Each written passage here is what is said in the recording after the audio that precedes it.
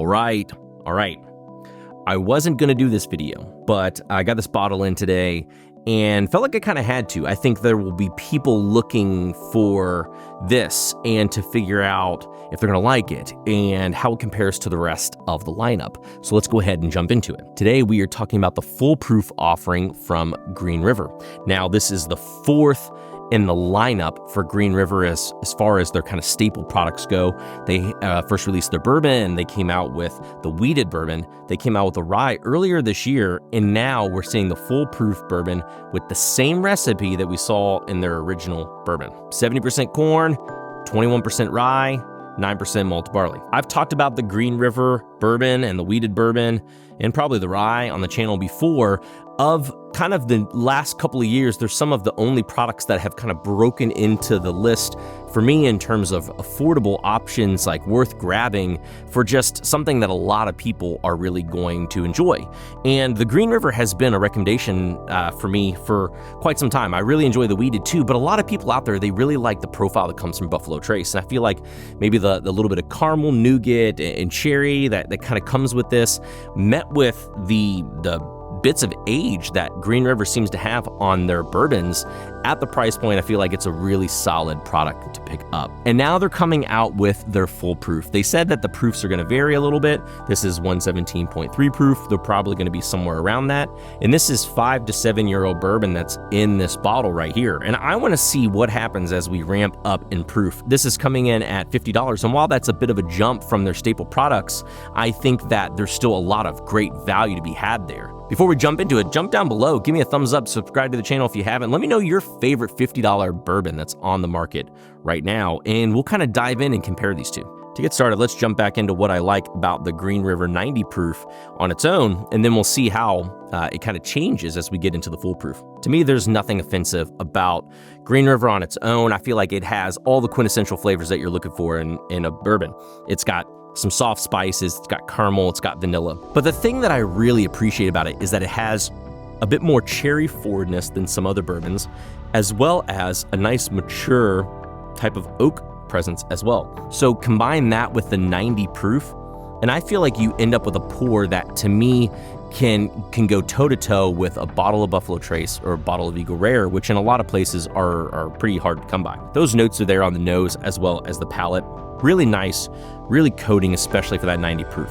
So what are we gonna experience here in the foolproof? While doing photos for the other bottle, I've got this one right here that we're going to taste from. Man, I feel like there's a lot different there on the nose. It's still rich, it's still warming, it's still got a lot of kind of viscosity on the nose, thick caramels, vanilla. There's some sort of spiced wine, spiced cider note, maybe with some mulling spices in there. But then there's this kind of a dried cranberry note, a bit more cherry as well, but I feel like it leans maybe a little bit more into kind of a cranberry note. A little dusting of cocoa powder. It kind of reminds me of those chocolate truffles that are kind of tumbled in cocoa powder a little bit. It's not overly milk chocolatey, it's not overly dark chocolatey, but it's got a little dusting of chocolate there. And you can't forget this kind of leathery, oaky note that kind of ties it all together in the end.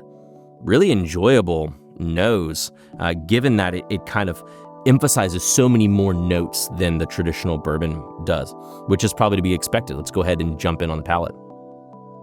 Oh yeah. Good golly, there's so much to pull apart from the palate here that you don't necessarily notice in the lower proof version. And the 90 proof version is great, but here, a touch more brown sugar, a lot of honey. Still the leather that I mentioned there on the nose as well. A lot of cherry, a lot of dried cherry, and then kind of a s'mores-like note. You teeter maybe a little bit on graham cracker, you get a lot of maybe kind of charred, toasted vanilla notes, maybe a little bit more of a milk chocolate in there as well. Best to sum it up as s'mores on the palate. Really coating, good baking spices lingering on. I don't usually like saying cinnamon unless it is very dry and very specifically cinnamon, because at least for me, I feel like that's polarizing. You hear cinnamon and you automatically think a certain type of thing. And a lot of times I feel like that comes off more in the youthful side of things. Now again, this is 5 to 7 years old. It's by no means a super old bourbon, But there is a maturity to this that I feel like some other bourbons just don't really have. The more you sit with it, there's a couple of things that jump out. There is more fruitiness that comes out. It's more sugary notes. It's more like saturated kind of grape, cherry, big kind of fruit, intense flavors pull out, as well as a lot of sugary brown sugar notes. So it sweetens up considerably, gets a little bit more fruity.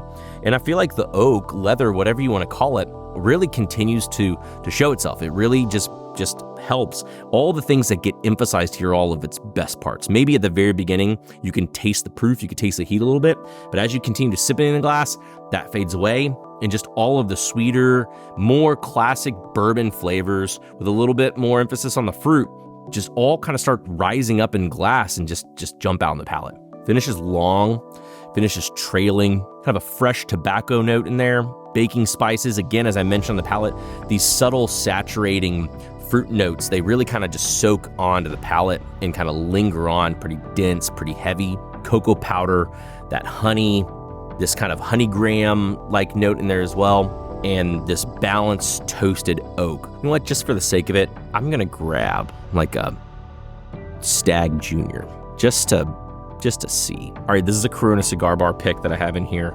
We're just gonna pour this Stagg up just a little bit, just to really see, because it's easy to say, hey, this reminds me of Buffalo Trace for these reasons. I feel like a lot of times people resonate with that, and I feel like a lot of times people are like, this is not what it tastes like. But again, this is a hopefully accessible $50 bottle of bourbon that I feel like has a lot of similarities because of the oak and the sweetness and the creaminess and the fruit that reminds me a lot of Buffalo Trace with proof. So why don't we just check it out? On the nose, actually, I think the Stagg kind of has a little bit more maturity, a little bit more to it. But on the palate, big spice, baked apple, cherry, honey, and oak.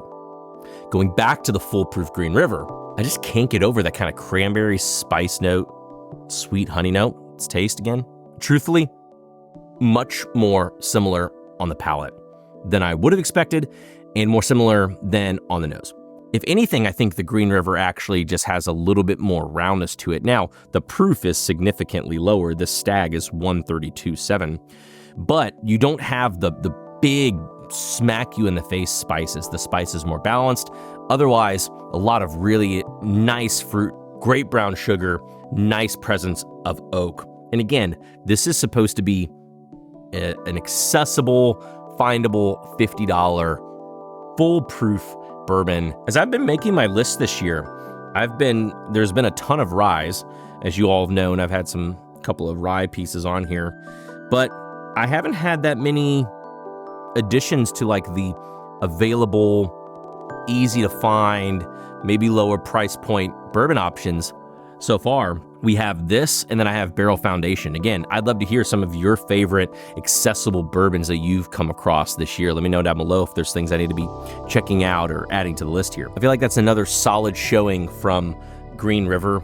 And anyone who hasn't had access to the single barrels, I feel like I've maybe seen some from stores locally, but I haven't really picked any up. So I haven't had a lot of experience with the higher proof Green Rivers, so this is a bit of more of a surprise to me than other things, but I'm really happy with this. I think a lot of people are gonna really enjoy this. I feel like it's gonna be a good price point for a lot of folks and will fit a pocket of flavor that they're looking for or maybe not being able to find from other products as easily. Hopefully you see this in the market near you. I'm sure it's available at the distillery, and if not, I know that we are starting to sell this here on Sealbox on Friday. Not sure when this video is gonna drop, probably on Thursday, and so you got a little time to prep. So if you're interested in this, sounds good to you, check out Sealbox. We'll probably drop that at 2 o'clock on Friday. If this video is already well past that, let me know if you've tried it, what your thoughts were of it compared to other Green Rivers or other cask strength whiskeys around this price point in the comments down below. That's it. Thanks so much, everybody, for tuning into another video. Hope it was insightful, hope it was informational. If there's other things you want to hear me check out in other videos, leave me a comment down below. Let me know what I should be checking out. Until next time, everybody, we'll see you all later.